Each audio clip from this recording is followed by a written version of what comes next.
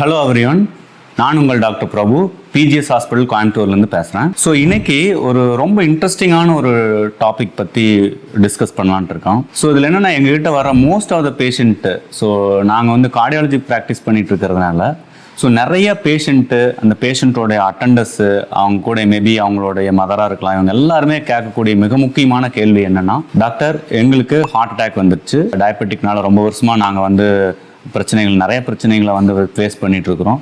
So நாங்கள் என்ன சாப்பிட்லாம் அப்படின்னு ஃபஸ்ட்டு கேள்வி அவங்ககிட்ட வர்றது. ஸோ இது வந்து நாங்கள் கொடுக்குற ட்ரீட்மெண்ட்டு ப்ளஸ் மெடிசன் இது எல்லாத்தையும் தவிர ஸோ அவங்க என்ன சாப்பிட்லாம் அப்படிங்கிறது வந்து ரொம்ப க்யூரியாசிட்டியாக கேட்பாங்க. ஸோ அது மட்டும் இல்லாமல் உணவில் தேங்காய் சேர்த்திக்கலாமா? நிறைய டாக்டர்ஸ் எங்கள்கிட்ட அட்வைஸ் பண்ணுறாங்க, இனிமேல் நீங்கள் தேங்காய் சாப்பிடக்கூடாது, நான்வெஜ் எடுத்துக்கூடாது, ஆயில் ஐட்டம் சாப்பிடக்கூடாது அப்படின்னு நிறைய டாக்டர்ஸ் வந்து எங்களுக்கு அட்வைஸ் பண்ணுறாங்க. ஸோ நாங்கள் தேங்காய் சாப்பிட்லாமா வேண்டாமா அப்படிங்கிறது வந்து ஒரு பெரிய ஒரு விவாத பொருளாக இருக்குது.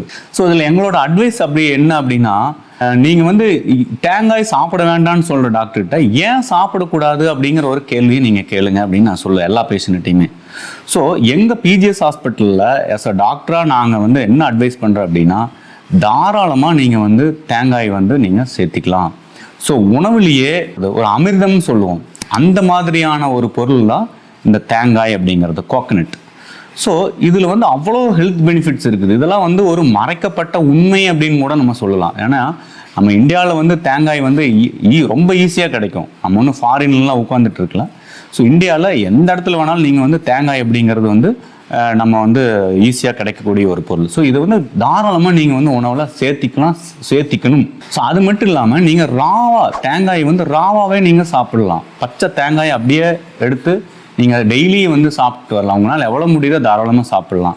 சாப்பிட்டு வந்தீங்கன்னா இதில் வந்து நிறைய ஹெல்த் பெனிஃபிட்ஸ் வந்து கிடைக்குது. இது தவிர்க்கப்பட வேண்டிய ஒரு பொருள் அல்ல, இது கட்டாயம் நீங்கள் வந்து உணவில் சேர்த்திக்கணும். ஸோ இதனுடைய ஹெல்த் பெனிஃபிட்ஸ் அப்படிங்கிறத நான் வந்து சொல்கிறேன், என்ன பெனிஃபிட்லாம் இதில் வந்து கிடைக்கும் அப்படிங்கிறது. ஸோ இந்த தேங்காய் வந்து ஒரு தாய்ப்பாலுக்கு ஈக்குவலாக கருதப்படுது. அதுதான் வந்து சயின்டிஃபிக்காக ப்ரூவ் பண்ண ஒரு விஷயம் கூட. ஸோ தாய்ப்பால் எடுக்கிறப்ப என்னெல்லாம் பெனிஃபிட் கிடைக்குதோ அதுக்கு ஈக்குவலான பெனிஃபிட் இந்த வந்து தேங்காயிலையும் கிடைக்கும் அப்படிங்கிறதா உண்மை. இது நீங்கள் கண்டிப்பாக தெரிஞ்சுக்க வேண்டிய விஷயம்.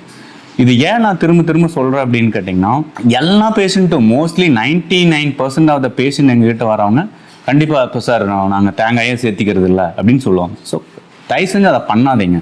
நீங்கள் ஹார்ட் பேஷண்ட்டாக இருந்தாலும் சரி, அல்லது பிபியில் அதிக பிபி இருக்குது அதில் சஃபர் ஆகிட்டு இருந்தீங்கனாலும் சரி, அல்லது அவங்களுக்கு சுகர் இருக்கிற பேஷண்ட்டு, நீங்கள் என்ன மாதிரியான ஒரு கானிக் இல்னஸ் இருக்கக்கூடிய பேஷண்ட்டாக நீங்கள் இருந்தீங்கனாலும் தயவு செஞ்சு தேங்காய் வந்து டெய்லியும் நீங்கள் பச்சை தேங்காய் அப்படியே சேர்த்திக்கோங்க. இல்லை அப்படின்னா நீங்கள் நிறைய கடைகளில் இல்லது எங்ககிட்டலாம் வந்து என்னென்னா வெர்ஜின் கோகனட் ஆயில் கேப்சூல்ஸே இருக்குது.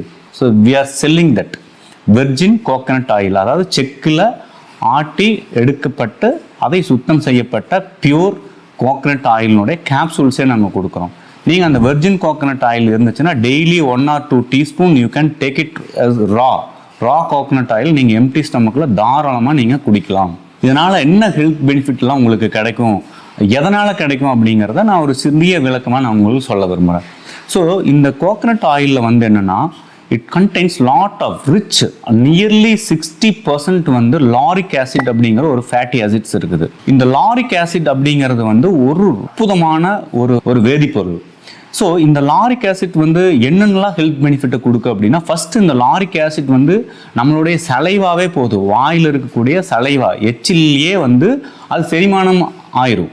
ஸோ இதுக்கு ஒரு மேஜராக நம்மளுடைய டைஜஸ்டிவ் என்சைம்ஸோ அல்லது வேறு ஏதாவது நம்ம வந்து குடலில் போய் இது செரிமானம் பண்ணணுங்கிற அவசியம் இல்லை. ரெண்டாவது, இந்த லாரிக் ஆசிட் வந்து பார்த்திங்கன்னா நிறையா வந்து ஹெல்த் ரிலேட்டட் இருக்கக்கூடிய ப்ராப்ளத்துக்கு வந்து ஒரு சால்விங் ஏஜென்ட்டாக அமையும்.